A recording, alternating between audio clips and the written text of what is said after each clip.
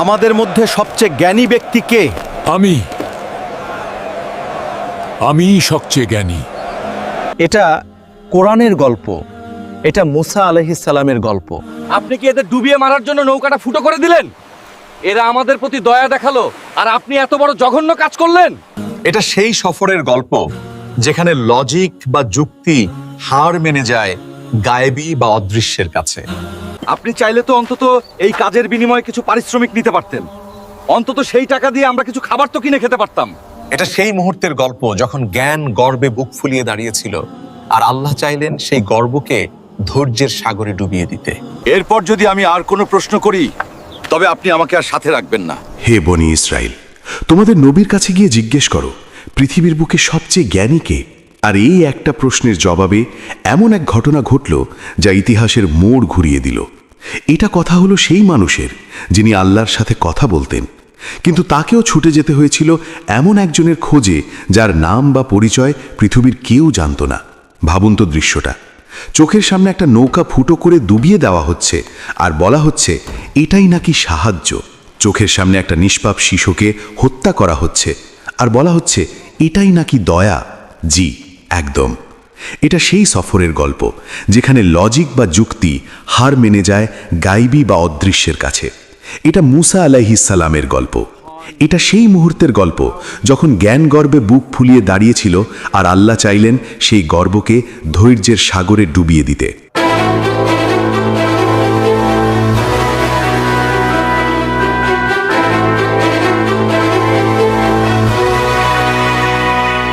স্বাগতম।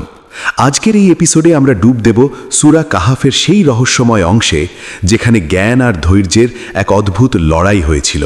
এবং এই কারণেই আজ আমরা আপনাদের সামনে নিয়ে এসেছি সূরা কাহাফের সেই বিখ্যাত ঘটনা, মুসা এবং খিজির।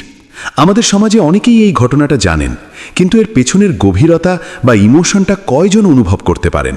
আমরা শুধু এইটুকুই জানি যে মুসা আলাইহিস সালাম খিজির আলাইহিস সালামের সাথে দেখা করতে গিয়েছিলেন। কিন্তু কেন? এর পেছনের ব্যাকগ্রাউন্ডটা কি? এটা জানতে হলে আমাদের ফিরে যেতে হবে মক্কার সেই উত্তপ্ত দিনগুলোতে। কুরাইশ নেতারা তখন দিশেহারা। মুহাম্মদ সাল্লাল্লাহু আলাইহি ওয়াসাল্লামের দাওয়াতে তাদের মাথা খারাপ, তারা কিছুতেই তাকে আটকাতে পারছে না। আমাদের সব চাল তো ব্যর্থ হয়েছে। জাদুকর বলেছি, পাগল বলেছি, কিন্তু তার কথার ধার তো কমে না। তখন তারা এক শয়তানি বুদ্ধি আঁটল। তারা তাদের দুজন প্রতিনিধি নাজার বিন হারিস আর উকবা বিন আবি মুইতকে পাঠালো মদিনার ইহুদি পণ্ডিতদের কাছে। কেন জানেন? কারণ ইহুদিরা ছিল আহলে কিতাব, তাদের কাছে তাওরাত ছিল। কুরাইশরা ভাবল আমাদের জ্ঞান দিয়ে তো একে আটকানো যাচ্ছে না, চলো মদিনার ইহুদিদের কাছে যাই। ওরা কিতাবধারী, ওরা নিশ্চয়ই এমন কোনো প্রশ্ন শিখিয়ে দেবে যা দিয়ে মোহাম্মদের মুখ বন্ধ করে দেওয়া যাবে। শোনো হে মক্কার লোক, তোমরা তাকে গিয়ে মাত্র 3টা প্রশ্ন করবে। যদি সে এই 3টার উত্তর দিতে পারে, তবে বুঝবে সে সত্যি নবী, আর যদি না পারে তবে সে একজন ভণ্ড। প্রশ্নগুলো কি ছিল? 1. সেই যুবকদের গল্প বলো যারা প্রাচীনকালে এক গুহায় আশ্রয় নিয়েছিল। 2. সেই ভ্রমণকারীর কথা বলো যে পৃথিবী ভ্রমণ করেছিল পূর্ব থেকে পশ্চিমে। আর 3. জিজ্ঞেস করো রূহ বা আত্মা কি জিনিস। কুরাইশরা তো মহা খুশি। বলো হে মোহাম্মদ, যদি তুমি নবী হও তবে এই রহস্যগুলোর উত্তর দাও। রাসূলুল্লাহ সাল্লাল্লাহু আলাইহি ওয়াসাল্লাম বললেন, আগামীকাল তোমাদের উত্তর দেব। কিন্তু তিনি ইনশাআল্লাহ বলতে ভুলে গেলেন। আর সেই কারণেই আল্লাহ সুবহানাহু ওয়া তাআলা তার প্রিয় নবীর একটা পরীক্ষা নিতে চাইলেন। ওহী আসা বন্ধ হয়ে গেল। 1 দিন নয়, 2 দিন নয়, 15 দিন কেটে গেল। জিবরাইল আলাইহিস সালাম আসেন না। মক্কার কাফেররা হাসাহাসি শুরু করলো। দেখেছো, মোহাম্মদের আল্লাহ তাকে ছেড়ে চলে গেছে। বলেছিলাম না ও সব বানিয়ে বলে, এখন আর বানাতে পারছে না। নবীজির মনের অবস্থাটা ভাবুন, কতটা কষ্ট, কতটা টেনশন। আর ঠিক তখনই 15 দিন পর আল্লাহ জিবরাইল আলাইহিস সালামকে পাঠালেন সূরা কাহাফ নিয়ে। আর এই সূরার ঠিক মাঝখানে আল্লাহ শুনিয়ে দিলেন মুসা আলাইহিস সালামের সেই সফরের কাহিনী। বিসমিল্লাহির রহমানির রহিম। স্কলাররা বলেন, এবং সহিহ বুখারীর হাদিস থেকেও আমরা জানতে পারি, এই ঘটনার শুরুটা হয়েছিল মিশরে। মুসা আলাইহিস সালাম তখন বনি ইসরাইলের মাঝে দাঁড়িয়ে খুতবা দিচ্ছিলেন। ভাবুন সেই দৃশ্যটা, হাজার হাজার মানুষ পিনপতন নীরবতায় শুনছে আল্লাহর নবী কালিমুল্লাহর কথা। তার কথা যেমন ছিল ধারালো, জ্ঞান ছিল তেমনই গভীর। ঠিক তখনই ভিড়ের মাঝ থেকে একজন লোক দাঁড়িয়ে গেল। সে খুব সাধারণ একটা প্রশ্ন করল। হে আল্লাহর নবী, এই মুহূর্তে পৃথিবীর বুকে সবচেয়ে জ্ঞানী ব্যক্তি কে?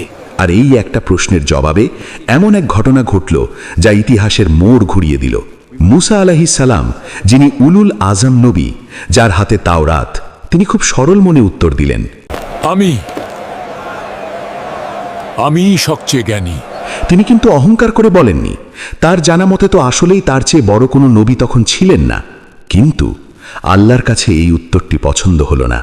আল্লাহ চাইলেন তার প্রিয় নবীকে বিনয়ের এক নতুন পাঠ শেখাতে। সাথে সাথে ওহী নাজিল হলো, না মুসা, তুমি নও। দুই সমুদ্রের সঙ্গমস্থলে আমার এক বান্দা আছে, সে তোমার চেয়েও কিছু বিশেষ বিষয়ে বেশি জ্ঞান রাখে। মুসা আলাইহিস সালাম চমকে উঠলেন। ঈর্ষা নয়, বরং জ্ঞান তৃষ্ণা তাকে গ্রাস করল।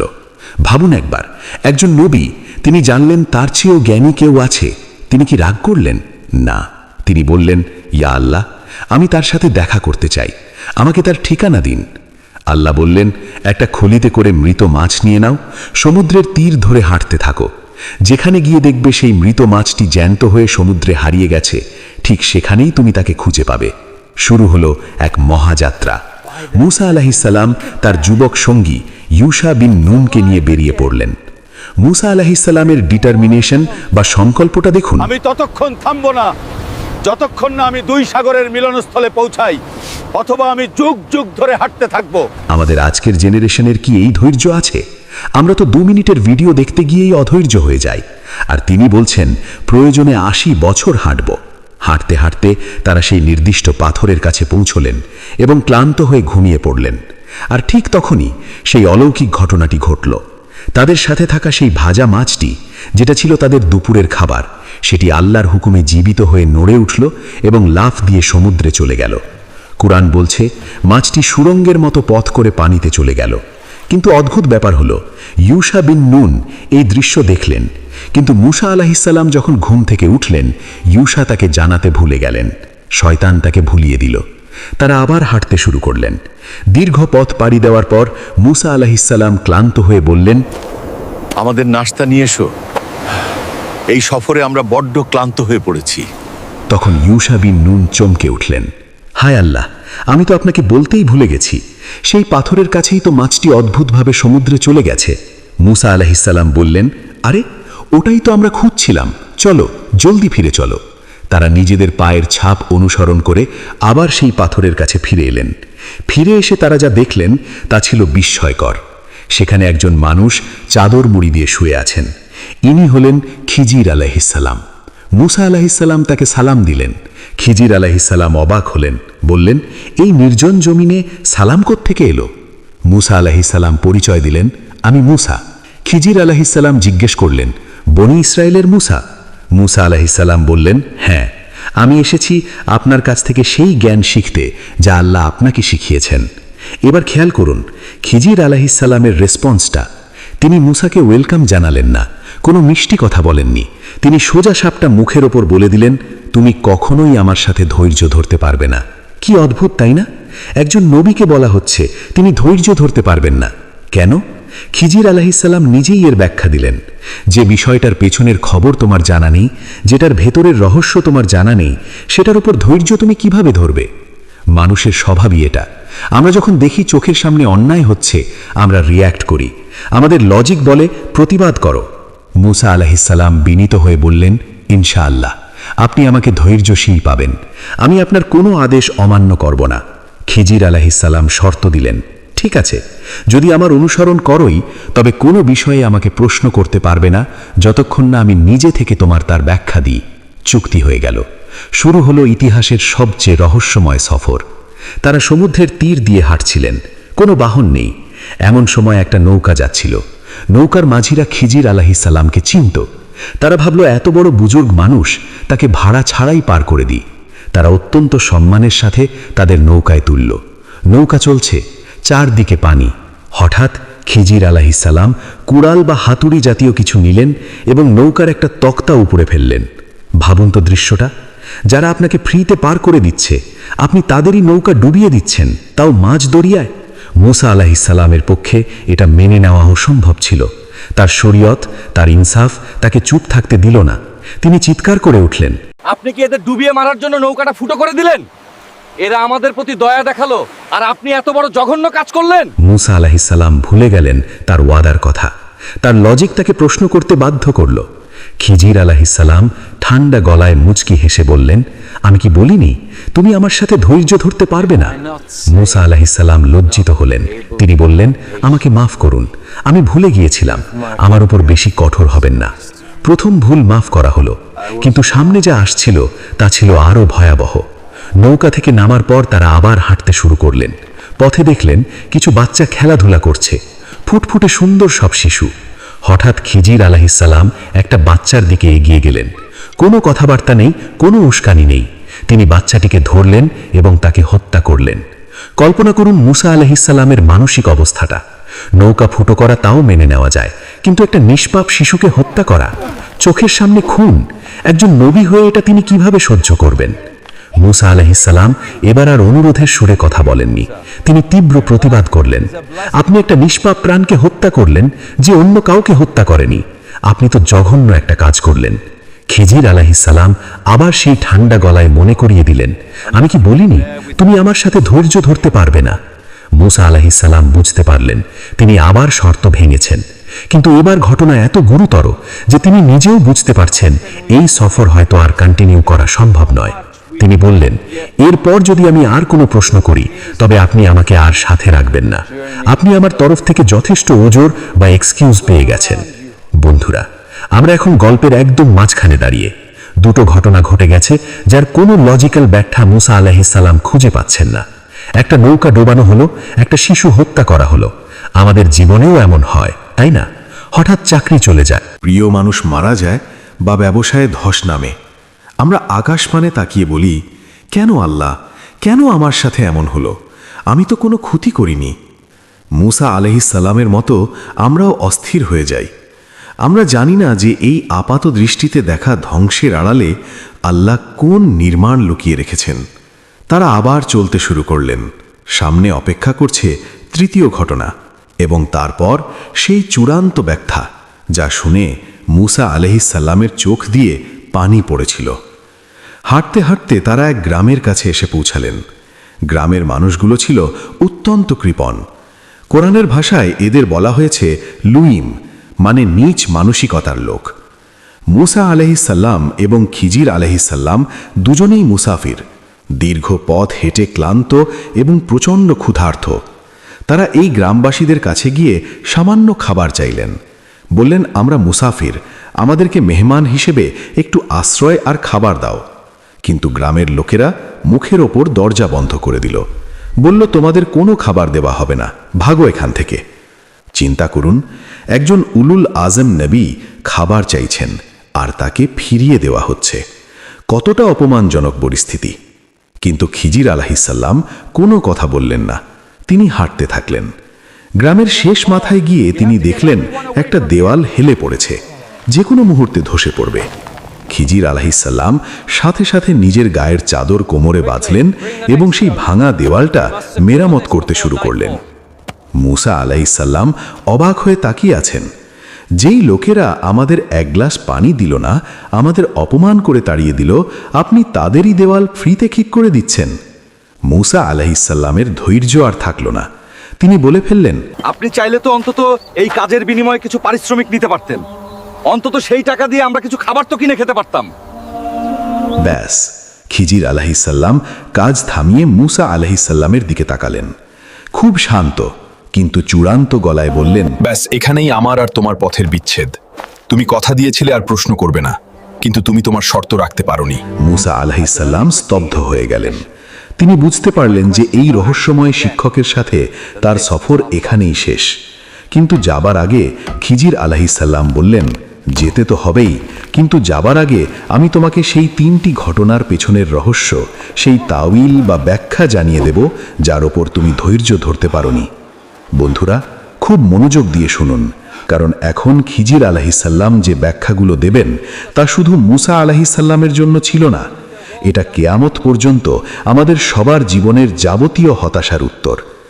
আমাদের জীবনে কেন বিপদ আসে, কেন প্রিয় জিনিস হারিয়ে যায়, তার উত্তর লুকিয়ে আছে এই ব্যাখ্যাগুলোর মাঝে।